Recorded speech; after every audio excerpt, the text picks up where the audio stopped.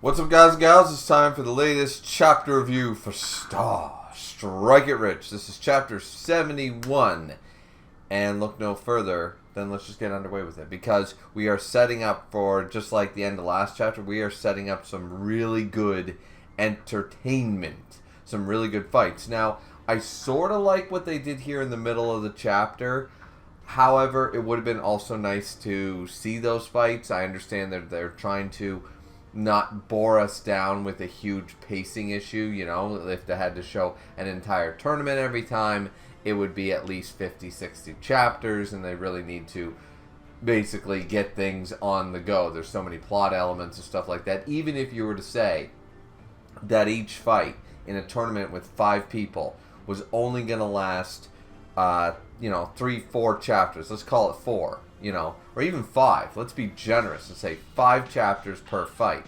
Well, that's 25 chapters of just fights, assuming that the final fight and the semifinal fight do not have more than 5 chapters, and there's no in-between stuff that goes on in between rounds or any other subplot stuff going on, chapters in the meantime. You're talking about 25, 30 chapters. You're talking about pretty much, especially on a bi-weekly schedule, you're talking the entirety of 1 year of the manga to do one tournament.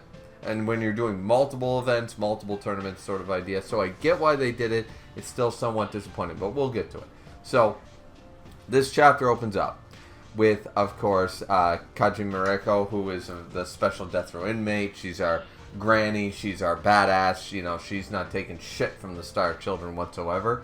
But now we finally get to be introduced to these two, the Bone Shaver and the Crusher and Slasher.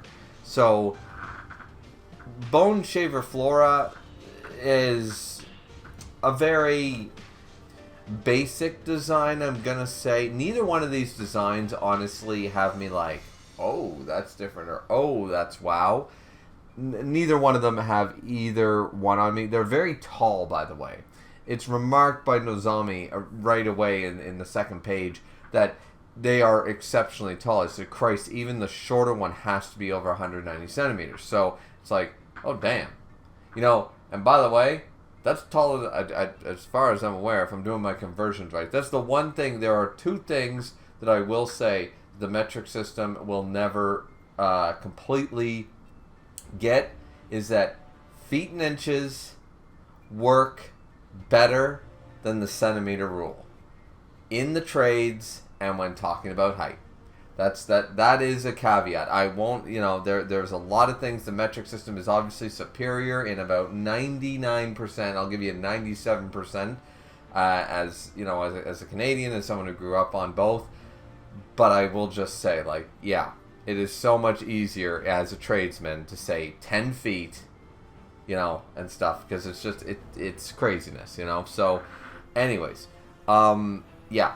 So if my calculations are correct, these 2 bitches are much taller than I am, So yeah, that would be intimidating if it has to be over 190 centimeters. Yeah, that's definitely taller than I am. So, and even Hina's like, wow, you're so tall and stuff like that. And said, listen, it's only fair that you get to size them both up sort of idea, but I don't envy either one of you trying to face these 2. We get this really nice shot of them basically layering down on them and that kind of idea. It definitely works. It does work well. Now, the Murder Queen, our Karen, ended up in the Playboy Bunny costume. Yeah, she ends up as the promoter and stuff like that, because she was instantly called by Hina in a way like, hey, so we're short-handed right now. Do you want to help us out, pretty please? And that's where, because she's so terrified of Hina, is like, yeah, she's working as one of the promo babes, as long as she's guaranteed safety and stuff like that and nothing, So, I mean, I'm good with that, personally. I'm like, alright, this makes total sense to me, that she would just be very fearful of Hina and doesn't want to piss her off or refuse an order and or favor, however you really want to look at it, from Hina. right? Like, what? She doesn't want to put her own life in jeopardy. She doesn't want to do any of that stuff. So I 100% agree with this, the way she's handling this. So she's here. There's a little bit of comedy as a result, and we bring on the fact that there were 3 fights beforehand. It was a 5-fight little event, tourney. The first match was Nightcrawler Akina versus Quicksand Mio. Now, we've already seen Quicksand Mio in action and stuff like that. She does take a bit of a beating, but she does get a victory. So it's really cool that in 4 minutes 24 seconds she does get a victory. I don't think we're aware of this Nightcrawler person yet. Once again, I'm bad with remembering the names, so if we know who this is, my bad, or we've heard about it before. But either way, we've seen Quicksand around before, and I like her design. I like her as a character, right? So as far as I'm concerned, I'm really just happy to see her here. Then we move on to the second fight, which I believe these are 2 brand new characters, aren't they? Maybe the second one wasn't, but Onimusha Kikigawa Asami versus the Amber Scorpion Lily Amber. And Lily destroys Kikawa in her debut match. I don't believe we knew either of these fighters, but I'm thrilled to have Lily here, because Lily is a Muay Thai expert, standing at 188 centimeters, which I still believe, if I remember correctly, I'm like in the 170 something range. Anyways, once again, all these women tall. These are some tall ass women, and she is opening up a debut match. She kicks ass, and following her match, she openly demanded a go at the top fighters in Valkyria. So I love the fact, since we don't really have any Muay Thai in Kengan, we have our Muay Thai guy. He's one of the greats. He's Gao Lang. Always been in S tier, will forever remain in S tier, but he very rarely uses his Muay Thai, and we only usually get a chapter and a half at best of it, because he's the king of boxing. He's the boxer. So as a result, we don't really get to see a whole lot of Muay Thai in action. It's awesome to see this. It's amazing to see this. So I'm really looking forward to her. I hope she ends up becoming like a bit of a staple character, because her design is good. I'm digging the dreads. I'm digging the attitude. Demanding, like, I want to fight your best, like right out of the gate. And Muay Thai, love it. Love that to pieces. So then we go on, and it was 2 fights. It's a 4-fight event. 4-fight. I kept saying 5-fight. It's a 4-fight event. So there's only 4 matches at tonight's show. Too many scheduled conflicts and stuff like that. So both Karen and Hannah, they're both sort of talking back and forth. Nothing really super relevant. She's being one of the promo babes. And boom, in comes Death Row inmate, Bone Shaver Flora.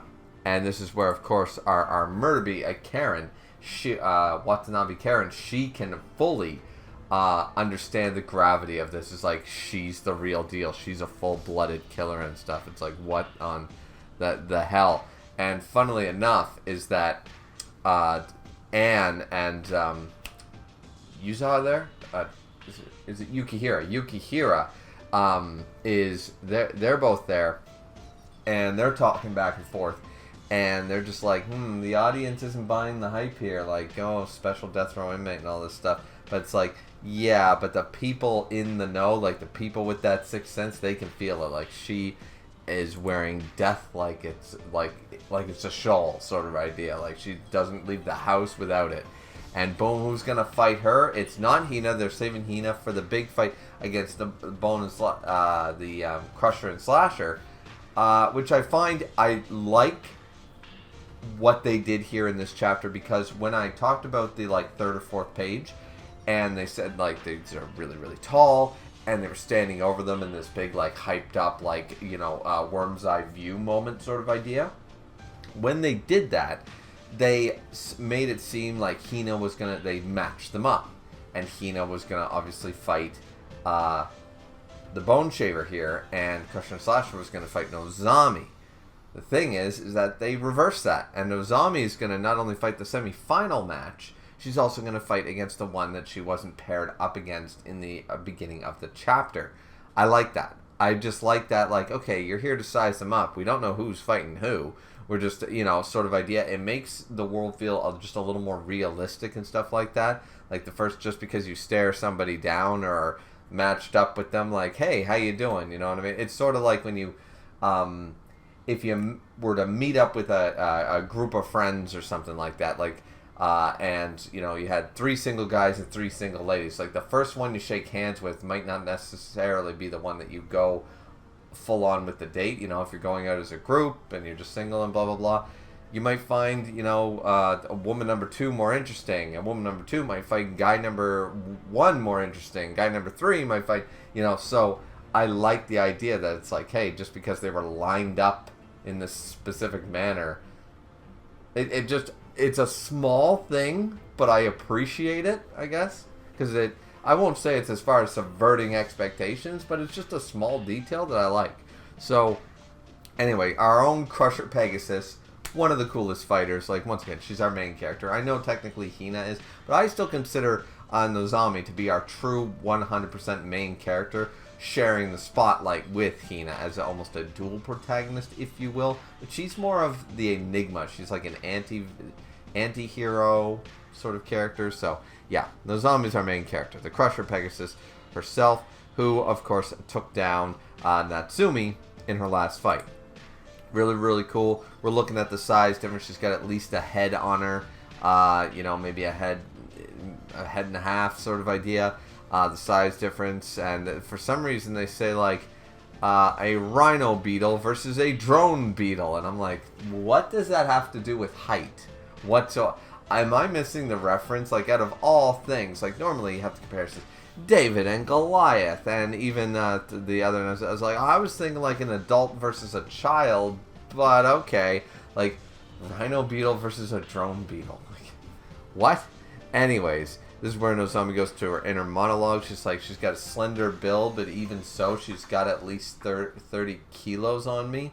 You know, so she's already in her head. She's the analytical one. She's like, how am I going to take her down? Then we get this really horrific, like, they're really bleeding into the, bleeding into it, but leading into the horror elements, the expressions and stuff like that. Sort of like the painting-esque thing they used to do in the Ashura tournament. Just letting the expressions do a lot of the pulling when it came to telling the story. And so Crusher is talking to Hina, and she's just like, you know, you ready to watch your friend die? Like, I've never actually met the woman myself face to face, but Bone Shaver Flora, the things I've heard about her, not something an amateur can take on. I mean, I enjoy killing, but the thought of someone else doing it doesn't really sit right with me. I'd happily take care of her for you. Like, she's talking all this smack, and Hina immediately, you know, sort of the end of the chapter idea, just, it's a great final panel, but Hina's looking like not disturbed at all. She's got so much faith in her guardian. I love that she calls her my guardian. She's like, you really think so?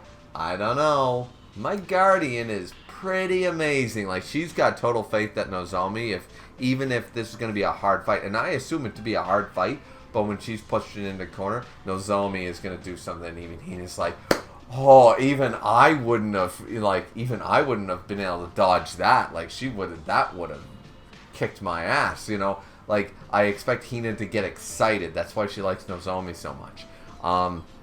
So this is where, of course, we get the page. I really wanted to incorporate this as part of a like a thumbnail or whatever, but I think too many things are in the way.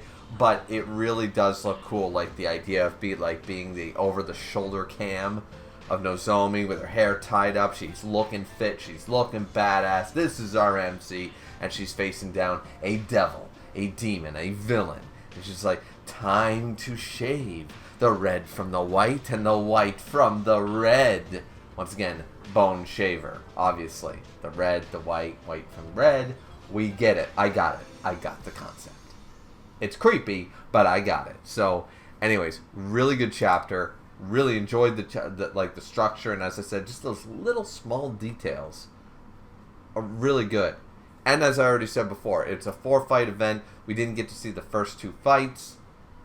Would have been cool to see Lily Amber in her debut fight and see some Muay Thai in action on the page. But I'm hoping that this is a character that doesn't just get name dropped and we don't see her for the next 20 chapters. I'd really like to see her like in a full-on fight, maybe against one of the Sena sisters or something like that. Because I'm always looking for like a new character to be like, yeah, that's my fighter. You know what I mean? I mean, right now, obviously, I've got my Sena sisters are still my favorite fighters, along with Nozomi. They're my 3 favorite fighters.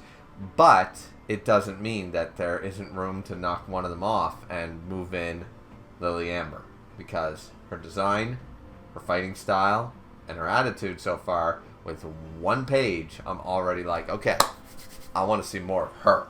So, anyways, that's it for me, guys. What do you guys think? Let me know down in the comment section down below. And don't forget to like, comment, and subscribe as always. And we'll see all you wonderful people next time for Chapter 72 of Star. Strike it rich. Looking forward to it. Hope you all are too. Have a good one, everyone. And sayonara.